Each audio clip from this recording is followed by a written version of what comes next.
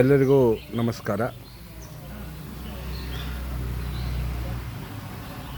Iran ಮತ್ತು America ನಡುವಿನ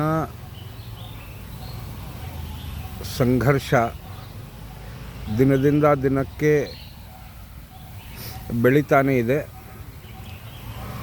2003ರಲ್ಲಿ ಅಮೇರಿಕನ ಯುದ್ಧ ಸಾಮಗ್ರಿಗಳು, ಅದರಲ್ಲಿ ಯುದ್ಧ ನೌಕೆ ಆಗಲಿ, ಅಲ್ಲಿಯ ಏರ್ಕ್ರಾಫ್ಟ್ಸ್ಗಳಾಗಲಿ, 2003ರಲ್ಲಿ ಇರಾಕ್ ಮೇಲೆ ಯುದ್ಧ ಮಾಡಲಿಕ್ಕೆ ಅವು ಎಲ್ಲ ಗಲ್ಫ್ ಕಂಟ್ರಿಯಲ್ಲಿ ಅವರು ಅದನ್ನು ಸಜ್ಜುಗೊಳಿಸಿದರು. ಅದಕ್ಕಿಂತ 100 ಪಟ್ಟು ಹೆಚ್ಚಿಗೆ ಈ ಸತೆ ಅಮೇರಿಕಾ, ಇಸ್ರಾಯೇಲ್ ಎರಡೂ ಸೇರಿ ಇರಾನಿನ ಮೇಲೆ ಯುದ್ಧ ಸಾರಲಿಕ್ಕೆ ಸಜ್ಜವಾಗಿ ನಿಂತಿದೆ. ಇವತ್ತು ಭಾರತದ ಎಂಬೆಸಿ ಏನು ಇರಾನ್ನಲ್ಲಿದೆ, ಅವರು ಅಲ್ಲಿ ಇರಾನಿನ ತೆಹರಾನ್ ಮತ್ತು ಸುತ್ತಮುತ್ತಲಿನ ಪ್ರದೇಶದಲ್ಲಿರುವ ಭಾರತೀಯ ನಾಗರಿಕರಿಗೆ, ಪರ್ಯಟಕರಿಗೆ, ಎಂಟ್ರಪ್ರನರ್ಸ್ಗೆ, ಬಿಸ್ನೆಸ್ಮನ್ಸ್ಗೆ, ಡಾಕ್ಟರ್ಸ್ಗೆ, ಇಂಜಿನಿಯರ್ಸ್ಗೆ ಒಂದು ಮನವಿಯನ್ನು ಮಾಡಿದೆ. ಅತಿ ಶೀಘ್ರವಾಗಿ ನೀವು ಇರಾನನ್ನು ತೊಲಗಿ. ನೀವು ಕಮರ್ಷಿಯಲ್ ಫ್ಲೈಟ್ ಉಪಯೋಗ ಮಾಡ್ಬೋದು, ಇಲ್ಲ ಥ್ರೂ ಸೀ ರೂಟ್ ಉಪಯೋಗ ಮಾಡ್ಬೋದು, ಆದರೆ ಸೇಫಾಗಿ ಸ್ಥಳಕ್ಕೆ ಸ್ಥಳಾಂತರ ಮಾಡಿ ಅಂತ ಒಂದು ಮನವಿ ಅಥವಾ ಆದೇಶ ಅಂತ ತಿಳ್ಕೊಬೋದು, ಆದೇಶನ ಹೊರಡಿಸಿದೆ. ಅಮೇರಿಕಾ ದಿನದಿಂದ ದಿನಕ್ಕೆ, ಸ್ಪೆಷಲಿ ಡೊನಾಲ್ಡ್ ಟ್ರಂಪ್ ಮತ್ತು ಅವರ ಉಪರಾಷ್ಟ್ರಪತಿಗಳಾದ JD ವಾನ್ಸ್ ಅವರು 5 ಪ್ರಮುಖ ಟಾರ್ಗೆಟನ್ನು ಅವರ ಮನಸ್ಸಿನಲ್ಲಿದೆ.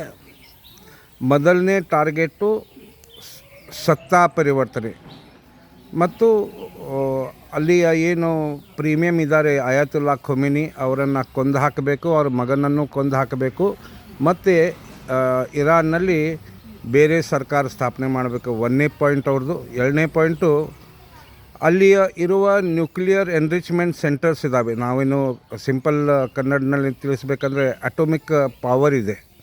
ಆ ಅಟೋಮಿಕ್ ಪವರನ್ನು ಧ್ವಂಸಗೊಳಿಸಬೇಕು. 3ನೇ ಅವ್ರದ್ದು ಟಾರ್ಗೆಟ್ ಇದೆ, ಅಲ್ಲಿಯ ಏನು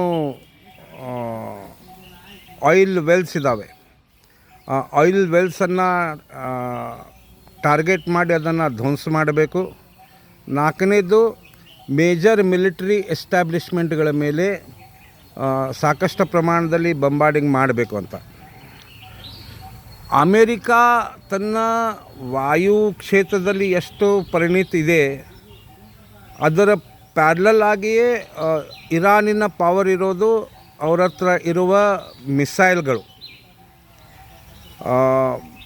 ಭಾಳಷ್ಟು ಲಾಂಗ್ ರೇಂಜ್ ಮಿಸೈಲ್ ಇರಾನ್ ಹೊಂದಿದೆ ಮತ್ತು ಅದನ್ನು ಅವರು ಗುಡ್ಡ ಬೆಟ್ಟದಲ್ಲಿ ಕ್ಯಾಮೋಫ್ಲೇಜ್ ಅಂತೇವೆ ನಾವು ಮಿಲಿಟರಿ ಲ್ಯಾಂಗ್ವೇಜ್ನಲ್ಲಿ. ಕ್ಯಾಮೋಫ್ಲೇಜ್ ಅಂದರೆ ಯಾರಿಗೂ ಗೊತ್ತಾಗಬಾರ್ದಂತೆ, ಅದೇ ಅದನ್ನು ಆಪ್ರೇಟ್ ಮಾಡೋ ಶಕ್ತಿ ಅದು ಹೊಂದಿದೆ. ಅದರಂತೆಯೇ ಅವರ ಡ್ರೋನ್ ಟೆಕ್ನಾಲಜಿ ಇರಾನ್ ತುಂಬ ಸುಸಜ್ಜಿತವಾಗಿರೋದ್ರಿಂದ ಅಮೇರಿಕಾ ತನ್ನ ಪೂರ್ಣ ಪ್ರಮಾಣದ ತಯಾರಿನಿಂದನೇ ಒಂದು 15-20 ದಿವಸವರೆಗೂ ಯುದ್ಧ ಮಾಡಲಿಕ್ಕೆ ಸಜ್ಜಾಗಿ ನಿಂತ ಎಲ್ಲ ಲಕ್ಷಣಗಳು ಕಾಣ್ತಾ ಇದ್ದಾವೆ. ಭಾರತ ದೇಶ ತಟಸ್ಥವಾಗಿ ಉಳಿದಿರೂ ಕೂಡ ಭಾರತದ ಎಕನಾಮಿ ಮೇಲೆ ಇದು ಭಾಳ ದೊಡ್ಡ ಪರಿಣಾಮ ಬೀಳಬಹುದು ಅಂತ ಅನ್ನಿಸ್ತಾ ಇದೆ. ಯಾಕಂದರೆ ಪೆಟ್ರೋಕೆಮಿಕಲ್ ಬ್ಯಾರೆಲ್ಸ್ಗಳ ಕಾಸ್ಟಿಂಗ್ ಹೆಚ್ಚಿಗೆ ಆಗಿ ಪೆಟ್ರೋಲ್ ಡೀಸೆಲ್ ರೇಟು ಇನ್ನಷ್ಟು ಹೆಚ್ಚಿಗೆ ಆಗ್ಬೋದು. ಅದರ ಜೊತೆಗೆ ಏವಿಯೇಷನ್ ಟರ್ಬೈನ್ ಫ್ಯೂಯಲ್ ಏನು ನಾವು ಏರ್ಕ್ರಾಫ್ಟಿಗೆ ಯೂಸ್ ಮಾಡ್ತೇವೆ, ಅದು ಕೂಡ ಕಾಸ್ಟ್ಲಿ ಆಗ್ಬೋದು ಅಂತ ಅನ್ನಿಸ್ತಾ ಇದೆ. ಕಾದು ನೋಡಬೇಕು. ಇವತ್ತು ರಾತ್ರಿ ಇಲ್ಲ ನಾಳೆ ಸಂಜೆವರೆಗೂ ಅಮೇರಿಕಾ ಯಾವ ಪ್ರಮಾಣದಲ್ಲಿ ತನ್ನ ಶಕ್ತಿಯನ್ನು ಇರಾನಿನ ಮೇಲೆ ಹಾಕ್ತಾಯಿದೆ, ಅದಕ್ಕೆ ಇಸ್ರೇಲ್ ಹೆಂಗೆ ಕೈ ಜೋಡಿಸ್ತದೆ.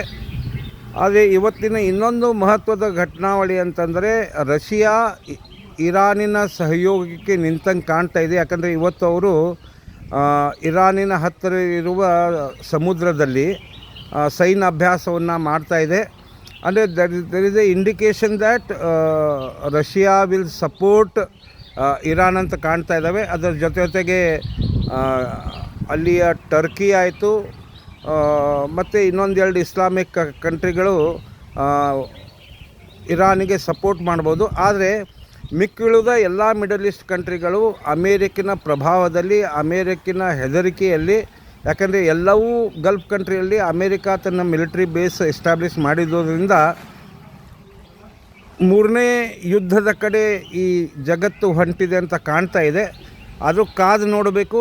25ನೇ ತಾರೀಕು ಜಿನೆವಾದಲ್ಲಿ ಒಂದು ಕನ್ವೆನ್ಷನ್ ಇದೆ. ಆ ಜಿನೆವಾ ಕನ್ವೆನ್ಷನ್ನಲ್ಲಿ ಏನಾದರೂ ಅಮೇರಿಕಾ ಹಾಕಿದ ಏನು ನಿರ್ಬಂಧ ಇದೆ ಇರಾನಿನ ಮೇಲೆ, ಇರಾನ್ ಅದು ಒಪ್ಪಲಿಕ್ಕೆ ಸಾಧ್ಯ ಇಲ್ಲ ಅಂತ ಅನಿಸ್ತದೆ. ಆದರೆ ಒಂದು ಅವರು ಹೇಳಿದ್ದಾರೆ, ಅಂಟಿಲ್ ಆ್ಯಂಡ್ ಅನ್ಲೆಸ್ ನೀವು ಟೋಟಲ್ ಯುರೇನಿಯನ್ ಎನ್ರಿಚ್ಮೆಂಟ್ ಏನು ನಿಮ್ಮ ಹತ್ರ ಇದೆ, ಇರಾನ್ ಹೇಳ್ತಾನೆ ಬಂದಿದೆ, we will not use atomic power because it is not in our religion. ಆದರೆ everything is fair in love and war ಅಂತ ವಾರ್ ಲ್ಯಾಂಗ್ವೇಜ್ನಲ್ಲಿ ಹೇಳ್ತಾರೆ. ಅದರಂತೆ ಅಮೇರಿಕಾನ ಹಾಗೂ ಇರಾನಿನ ದಾಳಿಯನ್ನು ಎಷ್ಟು ಗಟ್ಟಿಯಾಗಿ ಇರಾನ್ ತಡ್ಕೋತದೆ ಅಂತ ಮುಂಬರುವ ದಿವಸಗಳಲ್ಲಿ ಸವಿಸ್ತರವಾಗಿ ನಮ್ಮ ಕರ್ನಾಟಕದ ಜನತೆಗೆ ನಾನು ತಿಳಿಸಿ ಹೇಳ್ತೇನೆ. ನಮಸ್ಕಾರ.